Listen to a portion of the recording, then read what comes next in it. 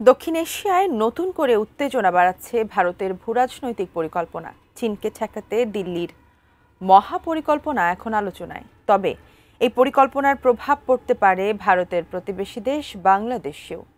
কি সেই মহাপরিকল্পনা? বিস্তারিত জানাচ্ছেন জান্নাতুন নাহার জেরি।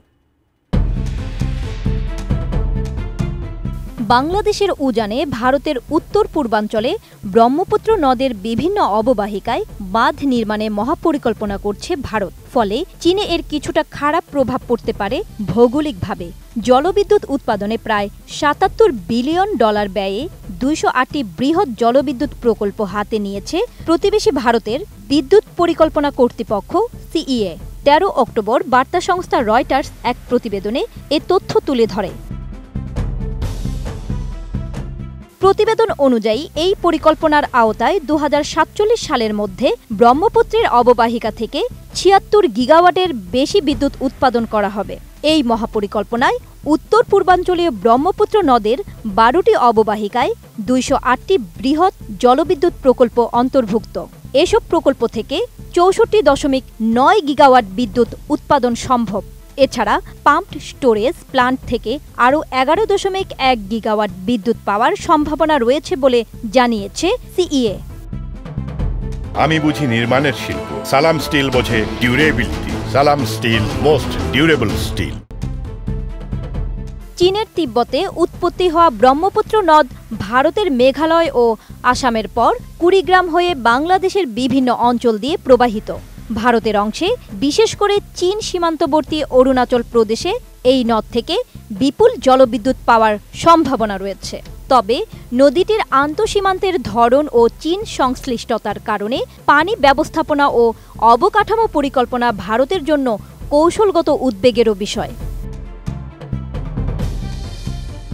চলতি বছরের ১৯ জুলাই ইয়াংলুং সাংপো নদীতে জলবিদ্যুৎ প্রকল্পের নির্মাণ কাজ উদ্বোধন করেন চীনা প্রধানমন্ত্রী লি কিয়াং। প্রায় $১৬৭ বিলিয়ন ব্যয়ে নির্মিতব্য বাঁধটি আকারে চীনেই অবস্থিত। বিশ্বের বৃহত্তম বাঁধ 3 গর্জেসকে ছাড়িয়ে যাবে এবং বিদ্যুৎ উৎপাদন সক্ষমতা হবে ৩ গুণের বেশি। তবে চীন এই বাঁধ ব্যবহার করে উজান থেকে পানির নিয়ন্ত্রণ করবে বলে ভারত ও বাংলাদেশের আশঙ্কা। এটি ঘটলে ভাটির দেশগুলোর জন্য তা মারাত্মক বিপদ ডেকে আনতে পারে। অস্ট্রেলিয়ার লোই ইনস্টিটিউশনের ২০২০ সালের এক প্রতিবেদনে বলা হয়, তিব্বতের উপর দিয়ে প্রবাহিত নদীগুলোর নিয়ন্ত্রণের কারণে কার্যত চীনের হাতে ভারতের অর্থনীতির শ্বাসনালী ধরা রয়েছে, যেটি যে কোনো মুহূর্তে চেপে ধরতে পারে চিরবৈরী দেশটি। চীনের বাঁধের কারণে শুষ্ক মৌসুমে ভারতের দিকে পানির প্রবাহ ৮৫% পর্যন্ত কমে যেতে পারে। এসব কারণে বিশেষজ্ঞরা বলছেন, চীনকে ঠেকাতে পাল্টা পদক্ষেপ নিয়েছে ভারত। ব্রহ্মপুত্র অববাহিকায় ভারতের অরুণাচল প্রদেশ, আসাম, সিকিম, মিজোরাম, মেঘালয়, মণিপুর, নাগাল্যান্ড ও পশ্চিমবঙ্গ এবং কোথাও কোথাও বাংলাদেশের অংশ জুড়ে বিস্তৃত। চীনের পর এবার ভারতও যদি ব্রহ্মপুত্রে বাঁধ দেয়, তবে ভাটির বাস্তুতন্ত্র চরম সংকটে পড়বে। বাংলাদেশের উপর যে এর বড় প্রভাব পড়বে তা অনেক বিশেষজ্ঞরাই আশঙ্কা করছেন।